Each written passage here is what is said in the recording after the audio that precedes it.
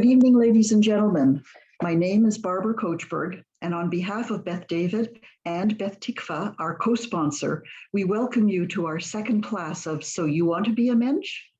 Avram was born in Kitchener, Ontario, the only son of Rabbi Feivel and Gittel Rosenzweig, who emigrated to Canada, and in his younger years, his dad was active in helping Jewish refugees from Europe flee persecution to come to Canada. You see that the apple doesn't fall very far from the tree. Avram received his Jewish education at Ner Israel Yeshiva in Toronto, then in Jerusalem, followed by the study of journalism at Ryerson University, now known as Toronto Metropolitan University.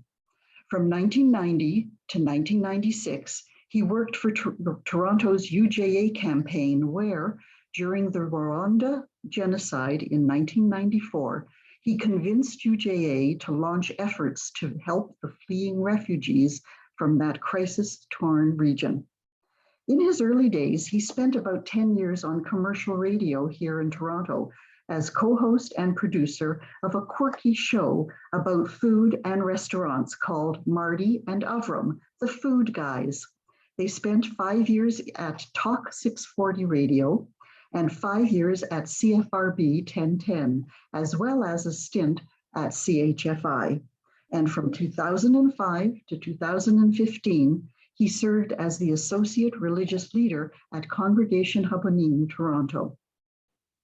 As Michael Rubin commented in our Shabbat Shalom Bulletin, one message in Parashat Bechukotai is that our ultimate goal should be that our actions be guided by an understanding of what it seems inherently right, ethical, socially oriented, no inconsiderable ambition, and not by fear of punishment and consequences, nor by the necessity to be rewarded for one's actions, other than with the satisfaction that we do what should be done, what needs to be done. As we completed the reading of Vayikra on Shabbat, we chanted Chazak, Chazak, v'nitchazek, be strong, and we will be strong, meaning together we will gain greater strength and prevail. I'm sure that Avram will help us prevail tonight as we are faced with the question, should you give the person on the street a coin? Avram, please. Yeah, thank you. That was a very nice introduction, Barbara. Thank you so much. So good evening to everybody. It's really nice to see you all. Hopefully everybody's doing well and your family's doing well. For anybody who's not, Refuah Shalema, it should be better soon. I'd like to start with a few thoughts, blessings, ideas. Firstly, we should think about our own Eretz Yisrael, the land of Israel, and say, Oseh Shalom b'imromav, hu yaseh shalom aleinu v'al kal Yisrael v'imru amen. That there should be peace in Israel, there should be peace for the Jewish people, and there should be peace for all peoples. I also want to say Birkat HaTorah, Baruch Ato Adonai Eloheinu melech haolam, asher kiddushanu b'mitzvotav v'tzivanu la'asok b'divrei Torah. It's just a nice thing to say before you learn Torah. So we have an interesting evening tonight because we're talking about those individuals, our brothers and sisters really, who live on or near the street. And that's a very sensitive topic because there are certain sensitivities in society that we look at, some being greater than others, perilous lifestyles, if you will. And having worked with those people living on or near the street, commonly known as the homeless, I will tell you that they are, if not the most vulnerable in our community, they're certainly right up there. It's a dangerous place to be because you are exposed to the elements and you are exposed to individuals who are not necessarily that caring. Some are, hence our discussion tonight. But I will tell you that many, many times when I would come to work There would be an individual who was sitting on the sidewalk right near our offices at Yonge and Eglinton. He's since passed away, man in his 40s. And every time I would come back after the weekend, I would see that he was somewhat beaten up. You know, you could see it in his face. Black eyes, you know, cuts. And we'll call him Dave. I go, Dave, what's up? You know? He goes, yeah, this guy just walked by me and punched me right in the face. And you know something, these are uncommon stories. For those of you who have had any involvement with the homeless, gone out in the van with via Havta, you'll know that these are a little bit more common than anyone would like. Even one is too many. But for some reason, I've thought about this, and maybe you have thoughts on this, but for some reason, there are those who feel incredibly threatened by those individuals sitting on the street. And so their reaction to them sometimes is to be physically violent. So living on the street really is quite as bad, if not worse, than people think. And there were a couple times over the years where I decided I would stay out, you know, for a night or two, and it was a form of raising money just to see what it was like. And clearly, it was not anything even close to what homeless people experience on a day-to-day basis, but there was a little smidgen of it. And if you've ever done something like that, being locked out of your house, or for whatever reason when you were younger riding the subways at night, I have a buddy who went through that. You'll know that you feel extraordinarily exposed. So that's a bit of a context. Knowing that context, the question that we're asking tonight, which is, should we give the person on the street a coin or not, is a really, really important question. And it is because of what I just described. In other words, the needs on or near the street. And when we say near the street, by the way, for those of you who understand, let's say, if you will, the homeless culture, there are those people who bed hop, you know, from one night to another, or 1 week to another. They'll phone up a family member and say, can I sleep at your house, you know? Or they'll ask a friend, would you mind if I stayed at your place for a day or a week or even a month or what have you? Those are people who are called near homeless, and their struggles may on a nightly basis may be a little bit less in terms of their exposure to the elements, but in terms of their finances and their economics, it's pretty much the same. Talking about their economics for a second, there's all kinds of silly mythology out there about people making $200, $300, $400 a day. That's nonsense. It's absolute nonsense. People are lucky if they can scrape together a dinner living on the street. I had a guy who was pretty successful at panhandling, a homeless fellow. He's been out there for 25 years. And he would say his goal was to collect $60 a day. And I go, well, that's a lot of work, you know, Kolokavo to you. Good for you. What do you do with your money? He said, well, 20 of it is for food, 20 of it is for a good bottle of wine, and 20 of it I put away. Well, I thought, you know, I told him, I said, that's really good that you're thinking about your future. That's a hopeful individual, you know. But most people, they really are trying to put together a meal for that day, if they're lucky, 2 meals for that day. But it's not easy. And then on top of that, I don't know what you're like with rejection, but I'm terrible, just terrible. Hence being single. That's just a joke. But the idea is of asking a stranger for money, and then more often than not getting turned down, that takes a lot of courage. I used to say, when I would see, you remember the squeegee kids? Our city banned them, and you would often see them coming off university or coming off the Allen Expressway, and they would offer to squeegee your windshield, or they would impose it upon you, and with an expectation of money. And I met a bunch of squeegee kids along the road and talked to them, had an interaction with a number of them, and I would say to them, you know, what you do is highly courageous. It's really brave. Can you imagine, you know, reaching out to us? You know, we're in our car. more often than not in our society, we're busy, we're in a rush. And there we are asking, can I squeegee your windshield, or just they go about doing it. And I said, if you could take that bravery, that courage, and sort of superimpose it over more of a formal job where you're not exposed to the elements at night, where you can come inside, where you can get your own place and so on, wouldn't that be great? And of course, they always agreed with me that that would indeed be great.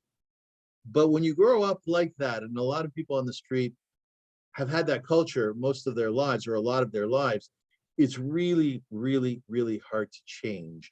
The Torah says that the most difficult thing that one can go through is the change of a habit.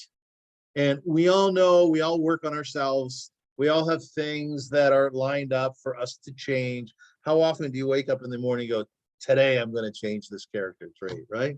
Today I'm going to change this way of that I have. And we try and we set about really working at it. I'm right now doing intermittent fasting.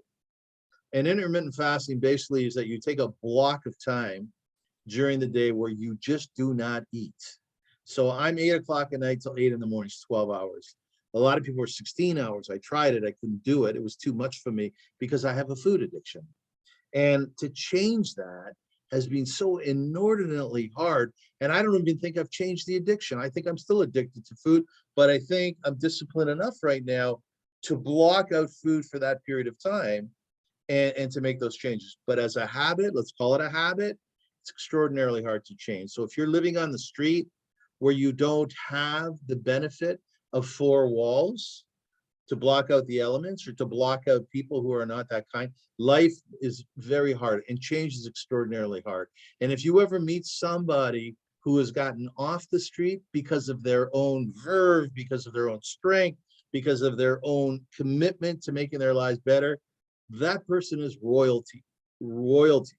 And what we say, what we say in Judaism, we're not expected to be David HaMelech, right?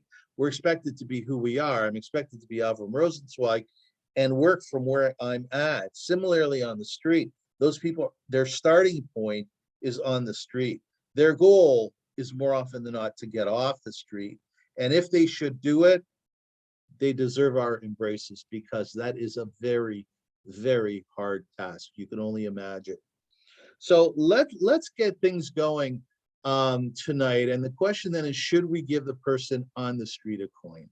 Now, again, we understand now with that contextual understanding, we understand exactly what we're up against here and why this question is so significant.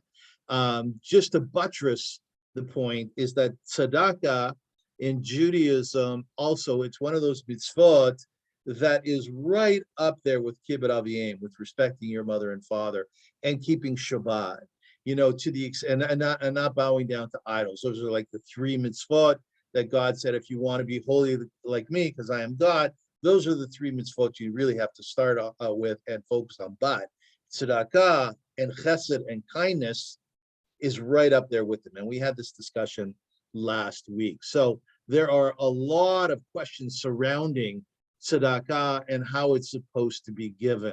It's not a simple thing. Like everything in Judaism, there's a machloket, there's an argument, right? And we determine how much money are we supposed to be giving on an annual basis. How do we give it? And we'll be discussing that more so next week. But this week, we're kind of focusing in on a very particular way of giving. I will tell you one piece, and we'll probably cover this a little bit later too, is that the Torah says, the Talmud says, regardless of how poor you are, regardless of how difficult your financial situation is, you have to give tzedakah. And it's unbelievable. It's really unbelievable. Everybody has to contribute, because that is a way of becoming holier, more godly. That is a way of building society. That is mostly the way of ensuring that the most vulnerable among us are taken care of. I'll tell you a really interesting tidbit. In terms of being poor and having to give tzedakah anyway, if you've gone out on the Via Hafta van, has anybody gone on the Via Hafta van? Just give me a hand if you have. Okay. So Cheryl, I love your name, Cheryl Cash. It's perfect for this workshop, right? So you'll know that very often when you're traveling on the van and you stop at a particular corner, And you get out, and the Viehafta knows the route. They know where people are living under bridges, in cul-de-sacs, Rosedale Valley. You're familiar with it. They actually live up in the valley. They'll stop and they'll offer somebody a sandwich. And with that, hot soup. Viehafta has new offices. They're gorgeous offices, and they're really managing the whole warehouse situation, the food situation, in a most professional, advanced manner. It wasn't like when I was running it. It's much more professional. And I'm not being self-deprecating. I'm actually having a lot of notes. They just donated a warehouse in my name, which I absolutely love. I have a warehouse. So sometimes what happens is we'll go up to an individual living on the street and we'll give them sandwiches. They're really good sandwiches. And we'll offer them another one. And what we hear so many times is, you know what? I don't need this second sandwich. I'm okay. But that person living up there on the hill, on the Rosedale Valley Hill, they could really, really use it. Now that to me speaks to the whole essence of what tzedakah is all about. We're always looking for the meaning behind mitzvot. I think all you have to do is go on the van like Cheryl has and have an interaction and discussion with individuals who are living on or near the street to determine what is poor, what is poor, what is poverty, and how do people respond in terms of that. I will tell you too that another thing is language is extremely important. And Pirkei Avot says if you can't give a coin, you kneel down, you go eye to eye with the person who's living on the street, eye to eye like I would do with you. I wouldn't be above you or I wouldn't be below you. So very often you'll see outreach workers sitting on the cement with people or volunteers sitting on the cement with people. And you ask them for their welfare. You ask them, how was your day, my friend? And that, according to our teachings, is tantamount or paramount to giving tzedakah if you're really, really unable to do so. So I think that gives a pretty good context. Now, just to make this a little bit more Hamish, I like to ask, excuse me, the following before we dive into the Jewish law and the Jewish understanding of giving the person on the street a coin.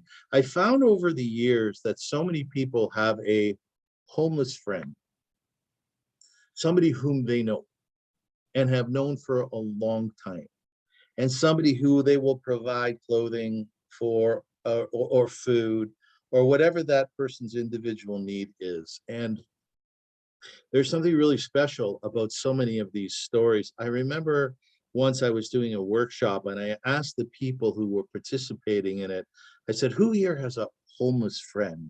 Not meaning to sound trite or silly. I'm very serious about this. I think there's something very, very beautiful about that partnership. And this woman put up her hand. She said, we live adjacent to a park. And it was Christmas morning. And, my kids woke up and of course they were very excited about Christmas presents. They ran down, and there they were under the tree. And I looked out of our back door and I could see this fellow in the park that was adjacent to our home. And he was lying on the bench. And she put on her clothing, warm clothing, and she went out there and she took an Afghan cover. You know what Afghan covers are? They're very beautiful. They're like tapestries, and people work really hard to make them. And she had gotten one for Christmas and she went out there and she draped it over the fellow and she said, please come inside and join us, And that story always stuck with me because it is really such a reflection of a kind soul, of a good person, So I just want to open it up for just a couple minutes. If we have any stories here through our participants, Beth David and Beth Tikva, and welcome to all of you from both shuls and welcome to leadership as well. It's just a pleasure to be doing this, and you guys have been so facilitative and so lovely. So I'm very grateful for your generosity of spirit. Does anybody here have a homeless friend? Anyone want to share a story? Heather Goldberg, hand is raised. Yeah, so we have a friend who is not homeless, but has severe mental health issues, and does panhandling in the area that we live. The individual grew up with my husband, and they were best friends growing up, very close. But every Monday on my husband's way home from work, they have a standard call at 6 o'clock just to talk about their life and Yeah. what's going on. That's And the individual has a drug habit, a drug issue, abuse issue. So on this individual's birthday, my husband goes out and gets a fair amount of money in gift cards to the Metro. But That's beautiful. yeah, so he does the kindness piece every week with him. That's very beautiful. Yeah. But it's really almost, it's a personal challenge, that don't you find, and perhaps your husband finds, to have grown up with this person and to see that somewhere along the road they got stuck, you know? Does your Yeah. husband speak to that? Does he speak to you about that at all? Yeah, I mean, you know, so we had asked the young gentleman at the time to be a groomsman in our wedding because there was such a wonderful relationship. And it's hard to see that. But sometimes my husband does get frustrated with this individual as Oh, well. no doubt. Yeah, no There's doubt. the frustration piece as well. But the individual has tried and sought employment elsewhere and things like that. But it is, he does get stuck. Heather, before we move on, and thank you so much for sharing that with us. This is very valuable stuff, because often we think we're alone in our response to the homeless, and we're not. I think it's safe to say that we probably share similar feelings in terms of our response to those people. When you get in your car and you warm it up on a cold Toronto morning, and you drive out, you drive downtown, you drive an area where someone's living on the street, and you look out the window and you go, oh my God, like what an awful thing. The flip side to that, Heather, and I'm wondering if you have a thought on this. What does it do in terms of your own appreciation for your life, knowing that someone's so Grateful.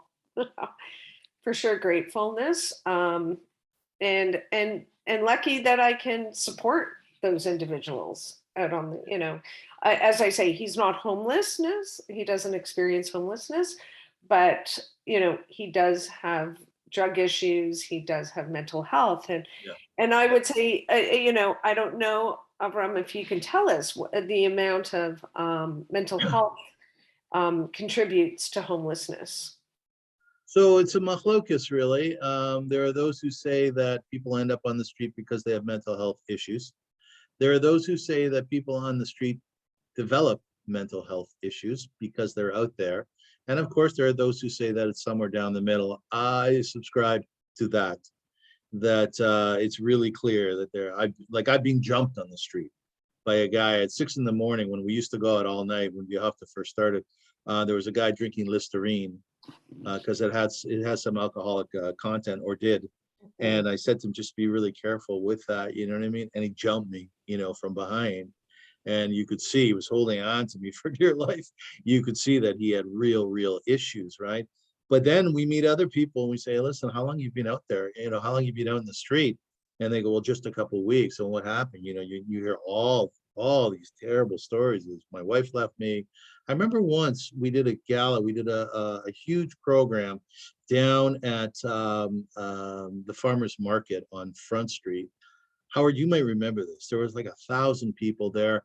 We gave away a condo for 6 months and a job. And the guy who got it, he never showed up at the condo, and he never showed up at the job. He just never showed up. And I don't think I have to explain why. He was too afraid. I mean, we're all afraid the first day of work, right? But he just couldn't do it. But anyway, so CFRB came out, because I was on CFRB at the time. And I asked this one guy, his name was Bob, I remember. I said, Bob, you look pretty damn good. You look healthy. You look like well taken care of. Well, do you live on the street? He goes, yeah, I do. But he goes, I take really good care of myself. And you do see that, It's not like the old days of what they used to call the rubbies. Remember that? They go, oh, there goes that bum, right? Right? but yeah, firstly, we don't say that anymore, thank God. And secondly, yeah, there's beautiful clothing that's actually given out in the street. So people can actually look better. And that's really helpful in terms of trying to get a job and so on. But he said, we had a house fire, and it was my wife and my child. I think his mother-in-law died in it. And he said he could never go back inside. So life is not easy. They say Schwertz is ein Yid. It's hard to be a Jew. It is hard to be a Jew, but it's just hard to be a human. And these people suffer terribly. Does anybody else want to tell a story about perhaps a homeless friend? Anybody else have a story or an interesting tidbit, something to add, give some more texture to what we're talking about here? Cheryl Cash. A couple of things, and I'm not that I have a homeless friend, but the first time you asked about gratitude, the first time I went out on the van and came home at 12 o'clock, and it was in a January night, came back, got into bed and said to my husband, do you know how lucky we are that I can get into this nice warm bed where what I've seen all evening. And that was the first thing I wanted to say. The other thing is, I attended a presentation one time from the writing group. They were presenting awards to, I don't know, I remember what the program is. It VRA? So we had a creative writing contest for the homeless. We also have the Hufta Street Academy, which is a school for the homeless or near homeless. So they were presenting award, and this woman got up and she said, I never thought I would be homeless. I had a job, I had an apartment. Then I lost my job and I was a couple of months behind in rent, and then more months behind in rent. And lo and behold, I'm on the street. So it doesn't take much. I think any of us could be on the street. I know, it's true, isn't it? And a lot of us feel that we're one paycheck away. I know.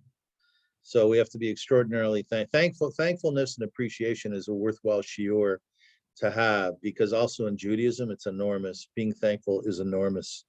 But thank you for that, Cheryl. I do want to mention that I spoke to Brandon LeBlanc, who's the fundraiser extraordinaire for Via Hafta today. And I said to him, through this year and some other shiurim that I'm giving, classes that I'm giving, I just want to start a small little fundraiser for Via Hafta. My goal is to raise $1,000, and that's enough money for one shift on the van.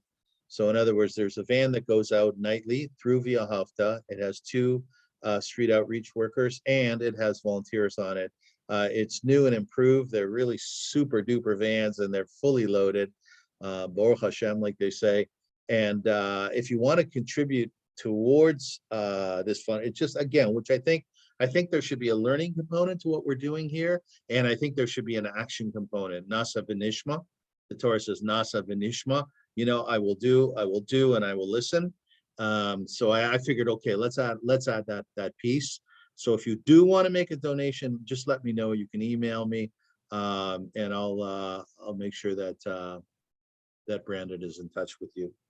Okay, there is a fellow by the name of Arthur Kurzweiler. Anybody ever heard of him? He's a pretty auspicious Jew. He's American. He's an author, educator, editor, writer, publisher, and illusionist. And he was born in 1951. Just in short, he has some really reasonable knowledge of Torah. He's a reasonable writer and editor. And through his work at a publishing company called Jason Harrison Publishers, he's facilitated over the publishing of over 650 volumes of Jewish interest from some very auspicious Jews like Elie Wiesel and so on. Many, many years ago, when I started to do this workshop, which I quite like doing because everybody seems to have some connection to this topic as to whether we should give the person on the street a coin or not, I did my research and I came up with Kurzweil's document that he put together, which again is a very good one. He's done a really nice job on it, and I think he did it for students at that time. And he asked fundamental questions within a Torah context about this exact question. So I'm going to use this as my context for this evening, and certainly at any point in time afterwards, if you want to know where to find this document, please let me know. So he throws out, I think it's about 15 questions, and by the end of this, we should be able to answer, should we give the person on the street our coin or not? Now, I'm going to give you a little hint, okay? I'm going to show you my cards. I'm going to tell you straight up, to me, there's no right answer, honestly. There is no right answer. There's always a 50% school within every workshop that I give like this. I remember in a law firm who say, no, I am not going to give those people living on the street a coin. Why? Because they're going to snort it up their nose. They're going to use it for cocaine. They're going to use it for crack. Okay. And guess what? Guess who was one side or the other? Let me just finish the point about the law firm. There was another school of thought that said, no. Nobody asked me how I spend my money. I'm going to give. I'm going to give. They can do with it what they want. And by the way, and I subscribe to this. If I were living on the street, I would be a drug addict, I promise you. Or I would be drinking daily, I promise you. And so would you. So maybe one of you would, but most of us would. Who do you think said no? Who do you think said yes? The lawyers or the support staff? Barbara, who do you think said no, I don't give them money? That's a really good question. It's a good one, right? That's a really good question. You would tend to say that the supporters would not neglect their duty, that they would give. But then, you know what? I honestly don't know. Yeah, you're right. That is the answer. Yeah, the lawyer said no, and the support staff said yes. Now, I hope I don't get in trouble for this, but most of the support staff were women, and they had a fine sensitivity. I don't know if that's politically correct or not, but I'm not that politically correct. Oh dear, so what does that say? Oh dear, women are nicer than men. Women are just nicer than men. That's probably a given. Okay, here's the first question Kurzweil asks. Do Jews give to, he says beggars. He uses that term beggars. I like not to use that term, but that's what he says. First off, do Jews give to beggars? In your learning Torah, is that one of the things we're supposed to do? Someone comes up to you, or in one way or another, I'm not saying how, does Judaism tell us to give? Ruth Shapiro, you're nodding yes. Yeah, I mean, if you go to the Kotel, that's what they're all doing. Yeah, good point. Good point. You know that guy at the Kotel? I'll give you a bracha if you give me money. You know that guy, right? Okay, enough brachot. It's fine. I'm good. Anybody else? In all your travails and all your treks and all your learning Torah, have you learned along the road? Yeah, that real poor person who comes to you in shul. Yeah, you're supposed to give. Again, in one way or the other. I'm not saying how. Yes, you're supposed to give. You are supposed to give, right, Sharon? Absolutely. Okay, kol hakavod to you. Rav Chia advised his wife, when a poor man comes to the door, give him food so that the same may be done to our children. Oi, she exclaimed, you are cursing them by suggesting that they may become beggars. Rav Chia replied, there is a wheel which revolves in this world. What does that mean? There's a wheel which revolves in this world. Howard Price, what does that mean? There's a wheel which revolves in this world.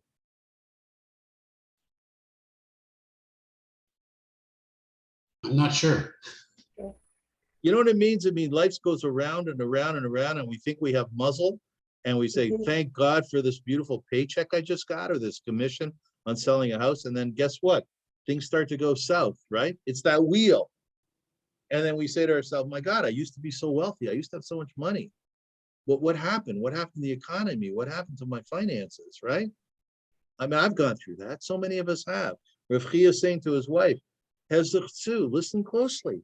Yeah, I'm not cursing our kids. God forbid. All I'm saying is there's a wheel which revolves in life. And that's, by the way, in the Gemara and Shabbos. Rav Abun said, and this is in Psalms, The poor man stands at, this is a beautiful piece. Maybe close your eyes when I read this. The poor man stands at your door and the Holy One stands at his right hand. Think about that, okay? You open the door, you're in shul, and someone reaches out to you for money. Imagine for a moment, this man is so poor, he's so needy of support that there is God standing on his right side. The imagery is a beautiful thing, metaphorically or otherwise. It's just such a beautiful, such a beautiful thought. If you give unto him, the one who stands at his right hand will bless you. But if not, the one will exact punishment from you, as it says, because God stands at the right hand of the needy. I know so many of us at some point in time see little angels perched on our shoulders or somebody else's shoulder. I saw that on my mother's when she was grieving. I don't know, it was such an intense time. I felt like there was an angel in the room. But the Midrash says, the poor, and the Torah repeats this over and over and over and over, the poor get the full support of God. You might ask, well, not quite enough. And I would say, yeah, you're right. But in terms of propping them up and supporting them and helping them through. Okay, here's a great question, guys. All right. And a question that we've all asked. Somebody comes up to you and they ask you for money, right? You give them money. And someone comes up to you afterwards in the shul, let's say, and they said, by the way, this person's a fraud. What do you mean they're a fraud? They don't need the money, man. I saw them drive up in a Mercedes. They're doing perfectly fine.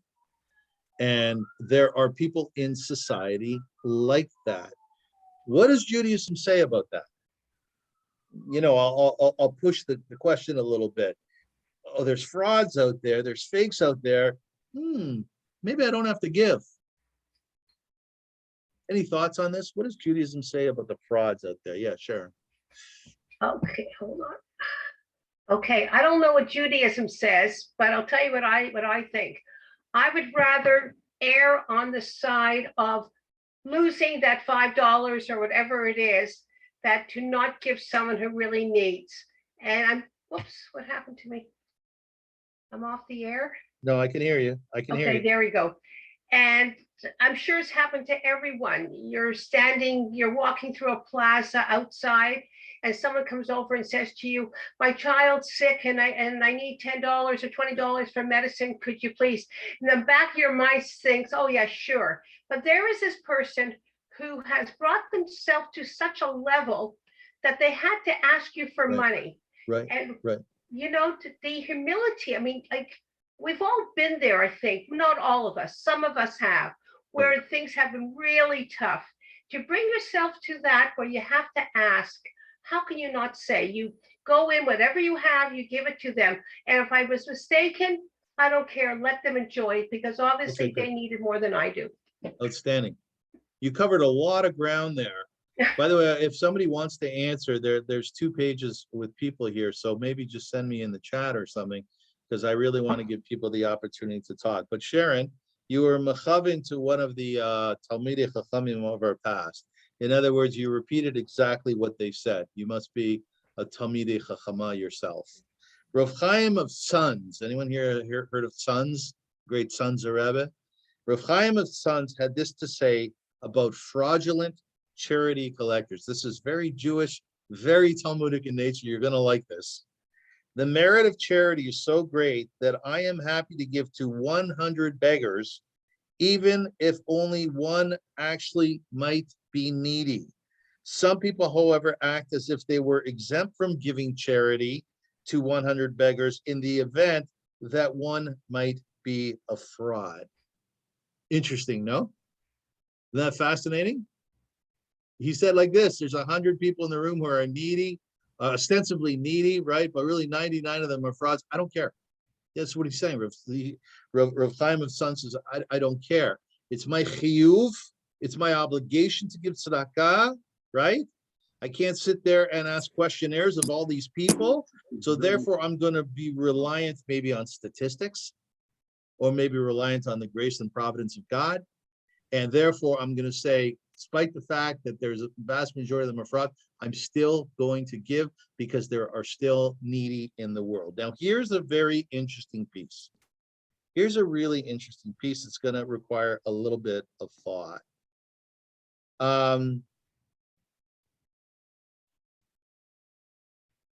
Yeah, here we go. Rav Chanina, and these are all rabbis in the Talmud, right? If you study the Talmud, you'll see there are many, many, many, many different names from many generations who contributed to the Talmud.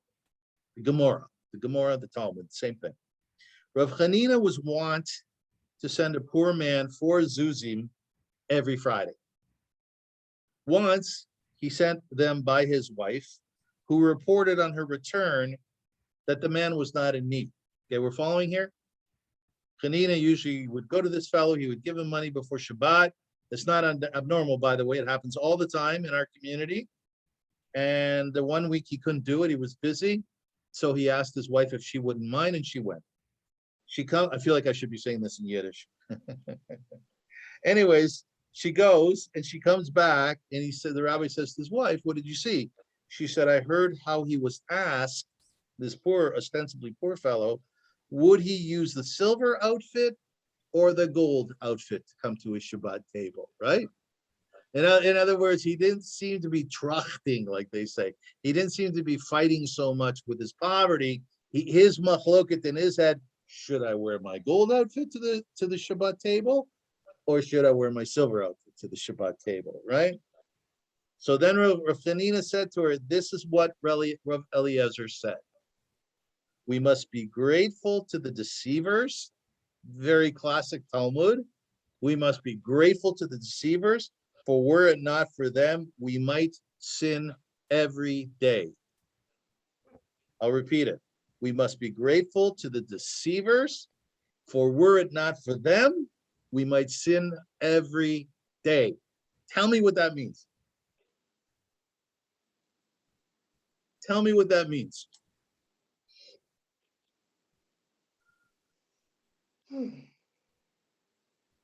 Someone said what goes around comes around. Okay, thank you for the chat stuff, guys. Come on, guys, talk. This is really interesting stuff. I need people to talk, or I'm going to call somebody out. And it's not you, Sharon. What does this mean, folks? What does this wonderful line in the Gemara mean? That we need to be thankful to the deceivers, or if we weren't, we would be sinning every day. It's a tough one, no? It's a tough one. I had to think it through myself. Anybody have an idea? Noreen is raising her hand. Okay, Noreen, yeah, go ahead.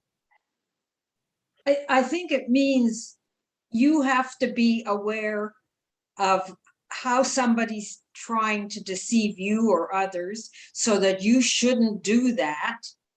And maybe they have an emotional problem, like they have a need to look fancy or whatever, because they don't want to go out in public without looking, their best. Whereas in reality, you would be just as happy to see that person in person, whether they were in grubby clothes or in a silver suit or whatever. Like, they're misconstruing what you are looking for in them.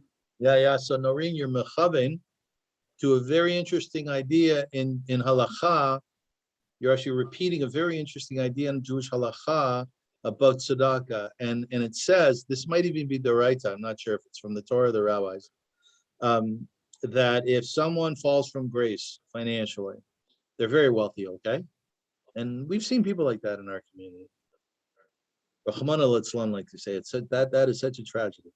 That you have to, the community has to support them at the level that they were at, right? While they are rebuilding. Now you're probably sitting back and saying, well, this guy, spent $1 million a year, he and his family, they went to Florida 8 times or what have you.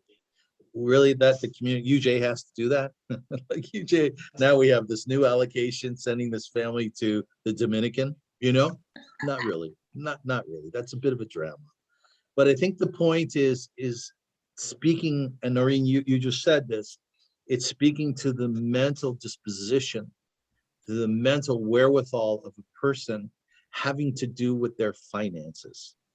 When you have money and you're secure and you have your RSPs and you have your TSFs and you have everything in place, you can schluff at night. When you don't, it's a whole different ballgame. And when Judaism talks about tzedakah, it's not only saying to this poor woman or this poor man, here, my friend, here's a $20. It's also saying, I understand where you're at.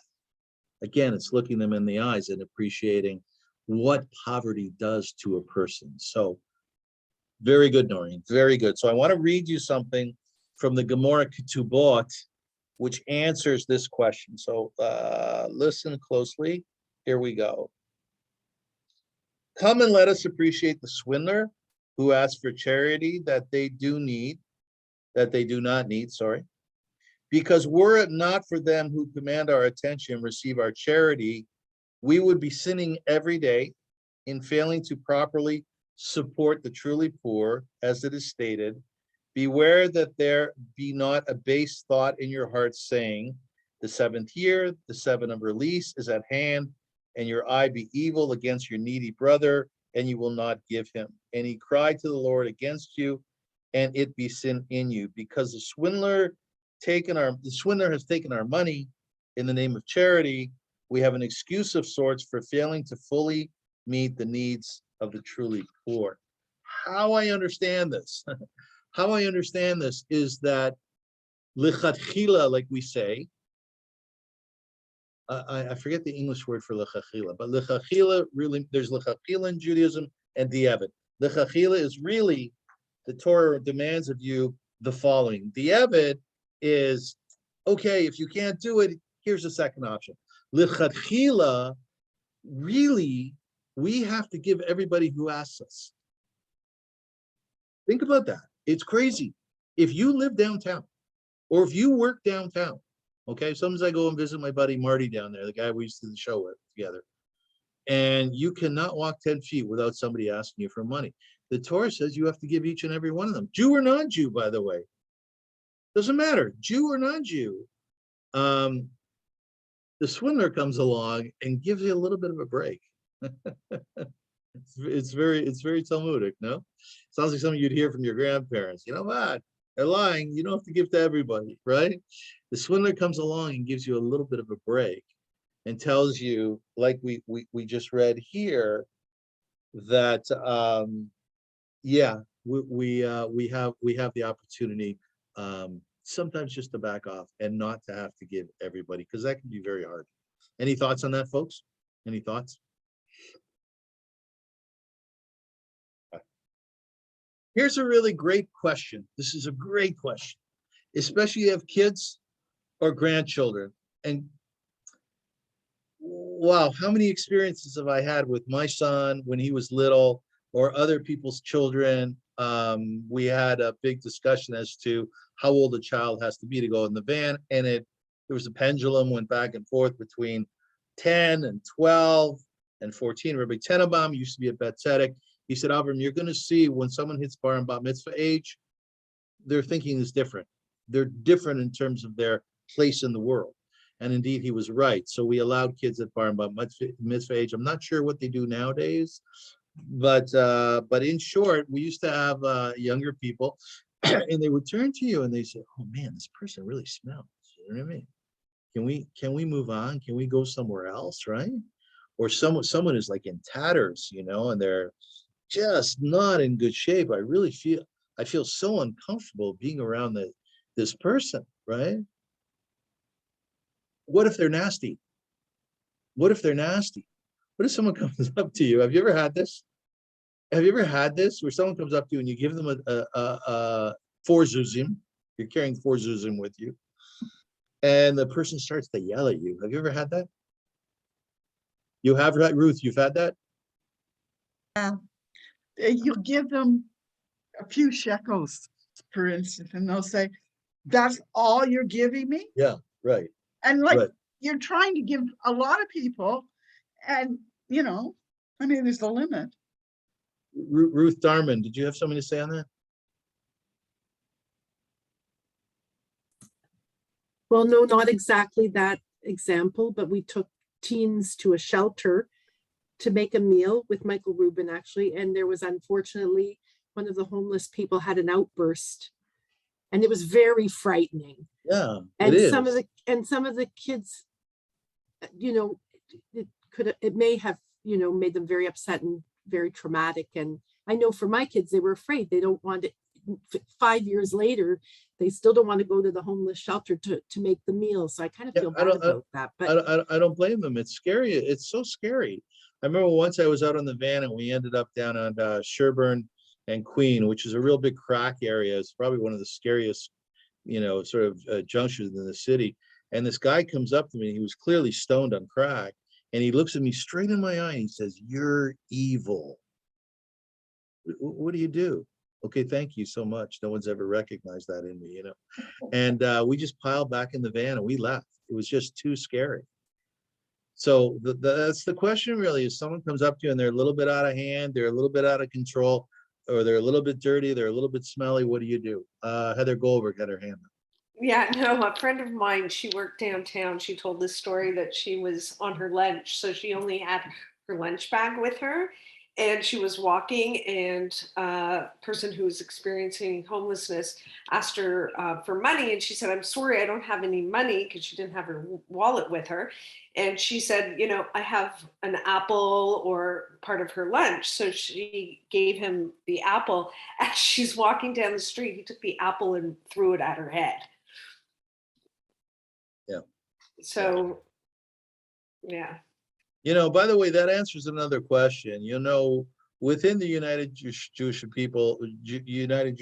Appeal realm and other sort of more formalized tzedakahs, there's always a question. And I remember I worked for the UJ for 7 years. It was a wonderful, wonderful place to learn about tzedakah. And the question always came up was, how much do you give?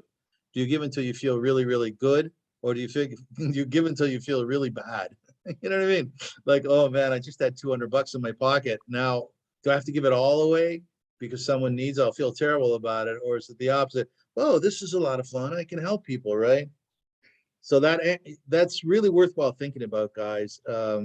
Yeah, so there's a guy on the street or there's a woman on the street and she's broigish, she's angry. She's a bit out of control to the extent, like you said, she throws an apple at you. This doesn't feel good. Giving tzedakah doesn't always feel good. Do I do it anyway? Yeah, Do I go back and give it anyway? Okay. but there's more than one way to do tzedakah, like to give. Nobody says you have to walk in a poor area if you're not comfortable and be handing out loonies and toonies to everybody. I belong to 2 groups that collect what we call tikkun olam, soap and shampoo and clean underwear and socks and hats and mitts. And then I divide it up, and half goes to Via Havta and half goes to a church near Bathurst and St. Clair, because this lay minister, she's got contacts everywhere, all kinds of shelters who won't let me give. Like if I call them and say, well, I've got blankets because my group makes blankets for Project Linus. But from her, they'll take all kinds of stuff, food and utensils and blankets and clothes and so I know it's going to be used to make people feel better. And once I give to these organizations, I feel better. Okay, good. And Yishakol on your work, by the way. Good for you.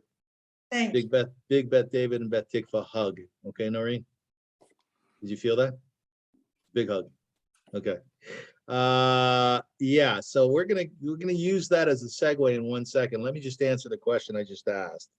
What if they are nasty or otherwise offensive? The answer is a very beautiful answer. You're listening to answers from righteous people.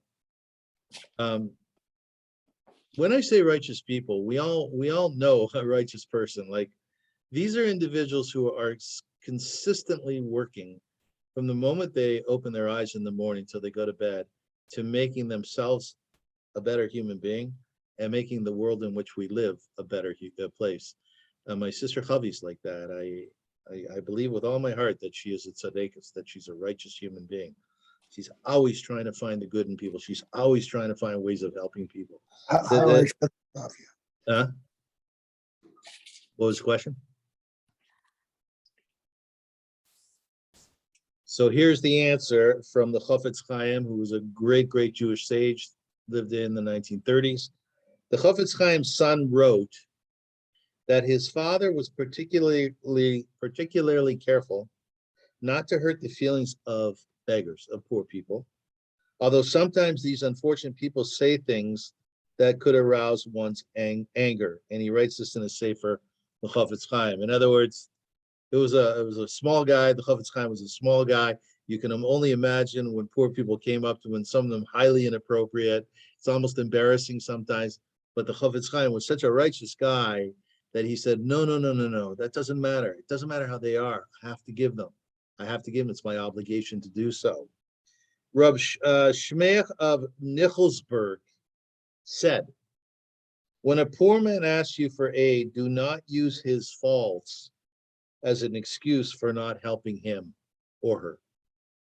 For then God will look for your offenses, and God is sure to find many of them.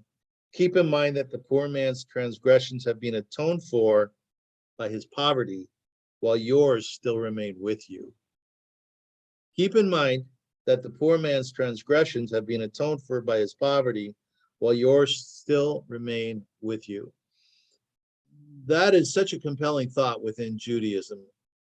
When you look at people who are living on or near the street, or people who are impoverished in our communities, and you look at them and you see so often they're what we call in Yiddish zerbrochen. They're broken. They're broken people. That break is atonement.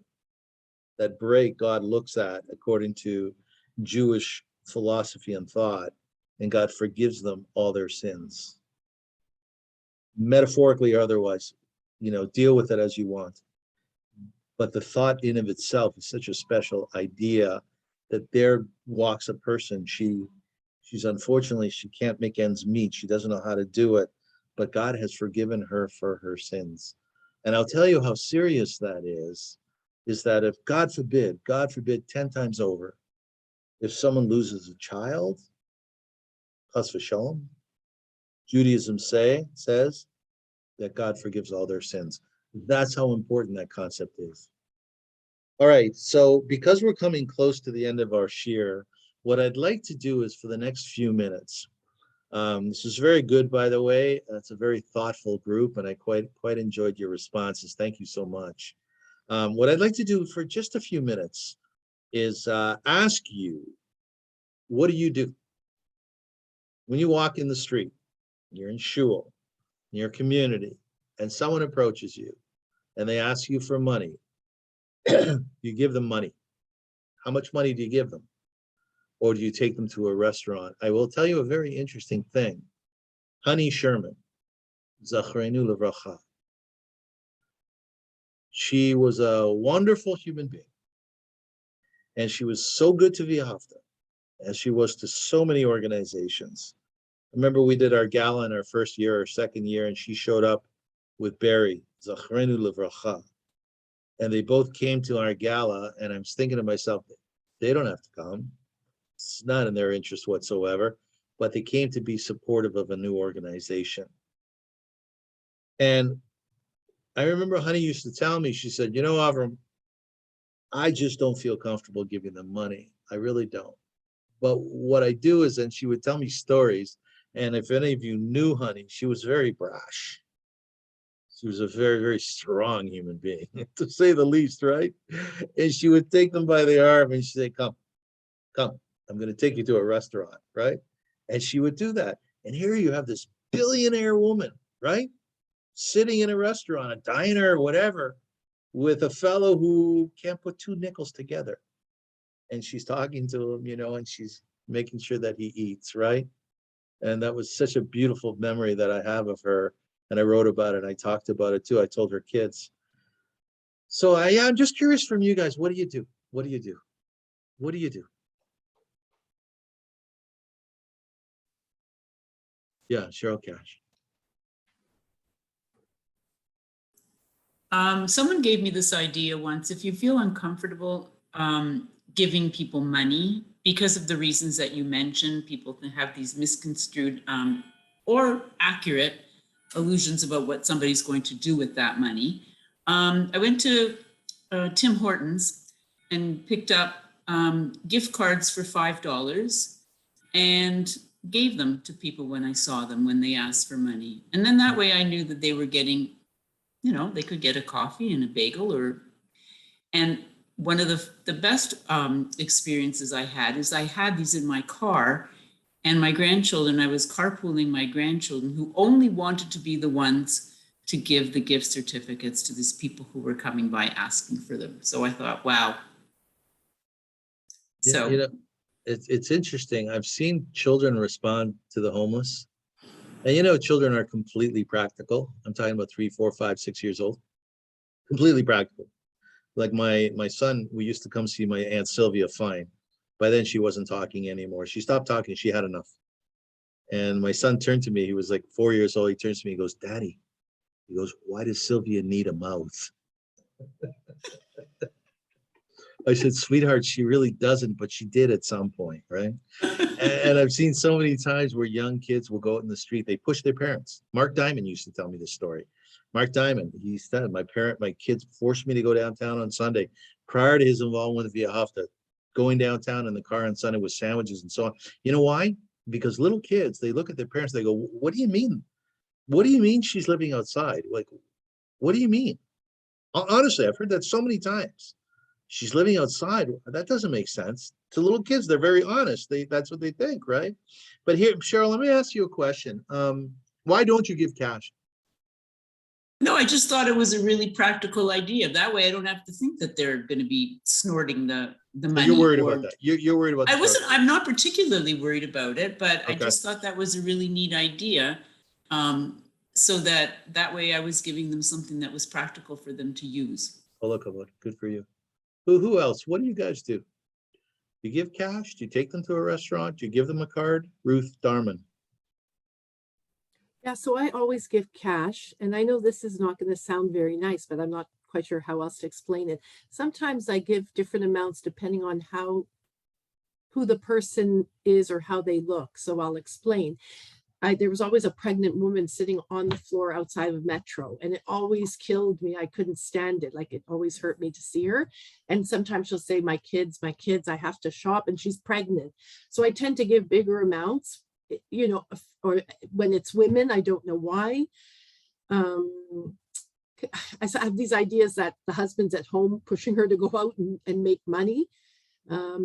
Sometimes it depends on even the religion, like the hijab. I'll give more money. I see these women begging. I give to men too. Sometimes I get afraid if I hear that they're swearing or jumping or screaming, so to be honest, I do walk quickly and I walk away. And I always give bills. I don't know why I feel giving a loonie or toonie is not good enough, but it has to be a bill. So it has to start with $5.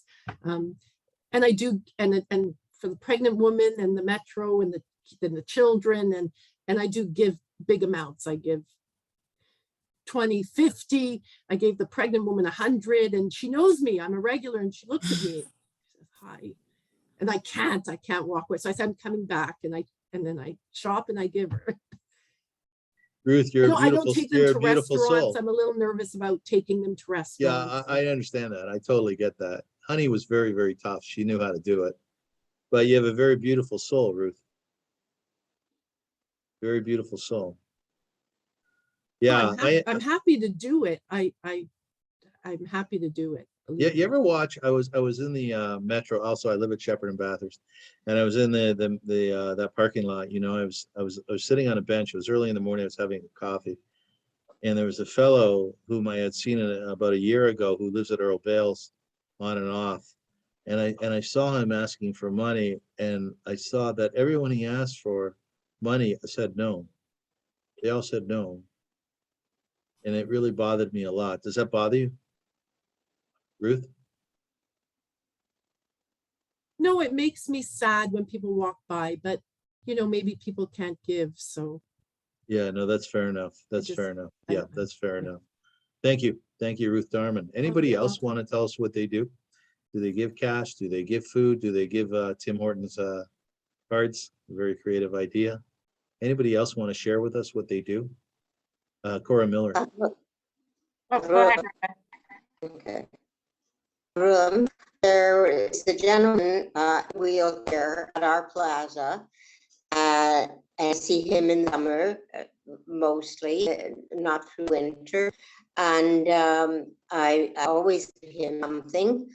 In that summer, I went into the store and got him juice containers. And I tell him he sit under the under the overhang, the roof overhang, because he's dressed in a winter jacket. I say, you must be so warm. Every time I've seen him, I've given him. One day I'm in the supermarket and I see he's at the customer service desk with a credit card. He's buying all kinds of lottery tickets. I haven't seen him since. Maybe you won the Did that lottery. change your view of things, Rhoda?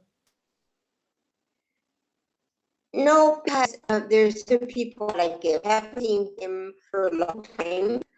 And I think what I would do is give him food rather than money. Okay. And I've given as well to some people, and I've given them the food. They say, I don't want this. What do you do then? Oh, yeah, I think my advice is just say, okay, God bless. I wish you well. That's what I can give you. That's what I can give you right now. And you walk away. I will say as a synopsis, firstly, Rhoda, thank you so much. That this is a sensitive issue and it's a complex issue because there's not one right answer. And even when you figure you have the right answer, it doesn't always work. And we had some very good examples of that today. An apple to the head, a fellow who went and used the money that they had gotten to buy lottery tickets. Some people would have a hard time with that. I get that. I completely get it. We're very sensitive to the money that we make and how we spend it. And we should be. That's called responsibility.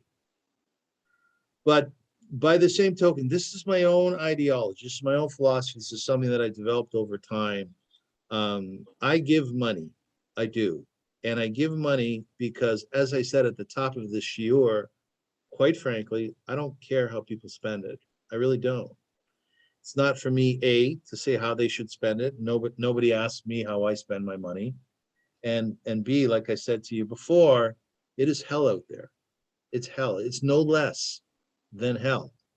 And how these people spend their money, if they do so and they buy themselves a bottle of wine or they buy themselves some marijuana, that's okay by me. I completely get it. It is not an easy place to be. And but by the same token, to me, the bottom line is do something. So if you have cash to give and you're comfortable with it, then give some cash. How often? When you can. When makes sense to you. Use your seichel. If you're not comfortable giving cash and you want to take a person to a restaurant, kol hakavod. It's a beautiful thing to do, right? But do something. Because a lot of people, they're so confused by this question and others having to do with those individuals who live on or near the street that they say, oh, they wash their hands. I just can't do anything. No. You have to do something. And of course, one approach is by supporting the Ahavta or other organizations that work with individuals who live on or near the street. Preferably Jewish, because we start at home, but also we have to help our non-Jewish neighbors as well. It's a compulsory thing to do as Jews. So to wrap this up, I want to thank the leadership and the coordinators who put this together. I feel so rich after doing these shiurim, after doing these classes, especially with shuls that I know and that I love, because it gives me the opportunity to think these issues through, which are very, very real and seem to be becoming more and more real. And I also appreciate your experiences. I find that we are re'ehu, we are brothers and sisters by virtue of the fact that in so many ways we all go through similar things. Like I said before, we wake up in the morning, we see that person, sitting on a bench, near a cross section and looking kind of hungry or looking kind of tired because they couldn't find a place to sleep. And as sensitive Jews, as sensitive human beings, we respond. Our soul speaks. Our soul speaks. We asked the question last week, can you be a Jew and not be kind? Of course, that was a metaphor. Yeah, you know, your parents were Jewish, you converted, whatever. So you're a Jew. The question is how intrinsic, how inherent is the concept of chesed, of kindness, of goodness, of tzedakah to Judaism, to our ideology and philosophy of Judaism. And I will tell you, my dear friends, it's central to it. It's central to it. We are obligated, no matter how financially struck we are at this point in time, we are obligated to still give tzedakah, right? Even though nobody wants to end up on the kuppah. Nobody wants to end up having to rely upon the community themselves. You give a little bit. You say, I'm putting this aside because Hashem ha'aretz umloa. I know that God gave me this and I'm going to share it with others. In terms of the homeless themselves, those people living on the street, I'd just like to say one line as a synopsis for what we need to do as a community and as a city and as a very, very kind country is Yitgadal V'Yitgadash Shmei Rabbah. Every single year, there are homeless people who are found dead on the street. And it's not just the winter time, it's the summertime as well. If you've ever sat on the cement on a hot Toronto day, very hot, it's not a healthy thing to do. Sometimes we'll find dead people in dumpsters. When I was running Via Hafta, I remember we had a staff member who came back to our office late one night and she said, we found one of our clients dead in a park. Their lives are so hard. And that we as people with comfort, and Baruch Hashem, we all have comfort, I'm hoping so. For those who don't, I wish you to have comfort soon. We have to share. As Jews, it is incumbent upon us to share. And I would tell you, pick up your game, no matter where you're at. Pick up your game. Study tzedakah, study kindness within Judaism. I'm so happy that you're here so we can do it together. And ask yourself, can I do more to help people who don't have what I have? We live in Gan Eden. We live in the Garden of Eden. I don't care which way you slice it. This is the finest country in the world in history. It's one of the wealthiest countries in history. And on par, on average, on per capita basis, we are some of the wealthiest people who ever lived. Again, define that any way you want. With that comes responsibility. It's a beautiful thing to give. It's a beautiful thing to help somebody out who's in need. I'm very naive in some ways, and I often think of these multi-billionaires. Why don't they just give away their billions and they can help out so many people? And you know something, that's kind of happening. Some of these very, very wealthy people, like Warren Buffett, have committed the vast majority of their wealth to charity, both as they live and afterward, God willing, and they should live a long life. So pick up your game, push yourself harder, do what you can, and then add on to that. And sometimes if you're in the street and you see somebody and you say, yeah, I'll give some coins, do what Ruth did. Don't give the coins, give the bills, right? And then think to yourself, oh, well, listen, honestly, if I don't have this 20, I'm going to be okay. I'm going to be okay, right? I won't buy some pomegranates, worst thing. But this guy or this woman, if they have the 20, their day is made. So pick up your game, do as best as you possibly can, give as much tzedakah as you can within the context of your own financial situation. So thank you so much. I'm really, really grateful for being here, and I so look forward to next week. I wish you a beautiful Shabbat and a beautiful Shavuos, and it would be so nice when we get together again to learn Torah. Thank you. Thank you. Thank you. It was excellent. Thank you. Yeah, thank you. Again, on behalf of the Engaging in Education Committee at Beth David and our co-sponsor, Beth Tikva, again, I would like to take this opportunity to thank you, Avram, for this wonderful discussion on would you give a person on the street a coin. I'm so glad you gave tips on how to approach those individuals experiencing homelessness by getting down on one knee and asking them about their day, and ideas about how to give. I really appreciate your stories, your examples, your humor, and your kindness, as it makes the subject so real to us.